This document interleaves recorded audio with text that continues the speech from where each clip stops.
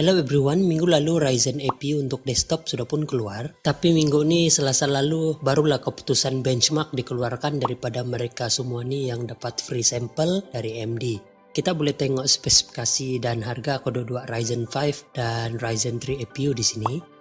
Daripada spesifikasi, basically Ryzen 5 2400G dan Ryzen 3 2200G ini adalah untuk menggantikan CPU Ryzen 5 1400 dan Ryzen 3 1200. Cuma dari segi CPU power, APU ni sedikit slow sebab jumlah L3 cache dan PCIe dikurangkan. Tapi kelebihan APU ada include integrated Vega grafik dan boleh guna gaming tanpa ada grafik card yang biasanya kita beli tu macam RX 560, GTX 1050 dan sebagainya.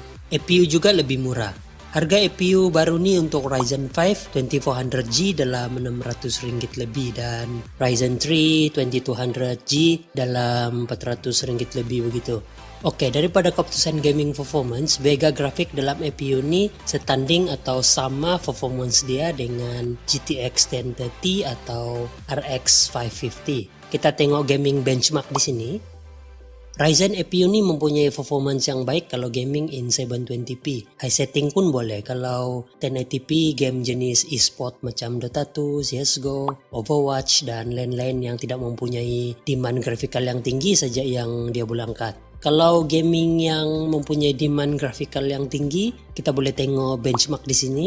1080p low setting saja. Bagi saya kalau FPS macam ini memang tidak smooth lah main. Lag ni, ini pun low setting, belum lagi medium atau high setting. Kalau workstation saya tidak mau argue banyak sebab APU ni kira okey sudah ni buat kerja macam video editing dan sebagainya dengan jumlah core dan thread yang ada dalam APU ni.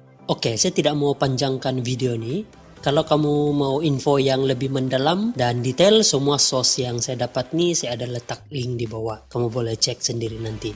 Yang last kali mungkin ramai di antara kamu yang tahu dan mungkin juga tidak tahu yang graphic card biasa seperti GTX 1050, RX 580, GTX 1060 dan seterusnya boleh dipasang bersama dengan APU ni, tidak masalah.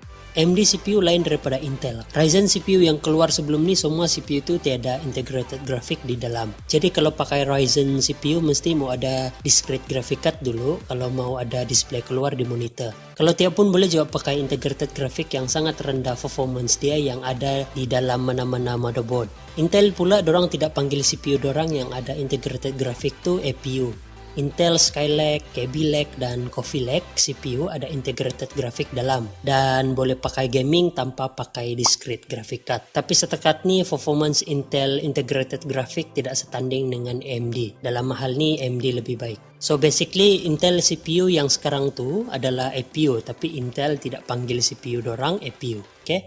Saya rasa itu saja, saya tidak mau video ni panjang dan saya mau bincang untuk dalam gaming saja. So, kalau kamu ada apa-apa pertanyaan boleh komen di bawah, saya akan coba jawab, okay? Alright, kalau kamu baru di sini dan senang dengan channel ini, jangan lupa subscribe. Jumpa lagi, bye.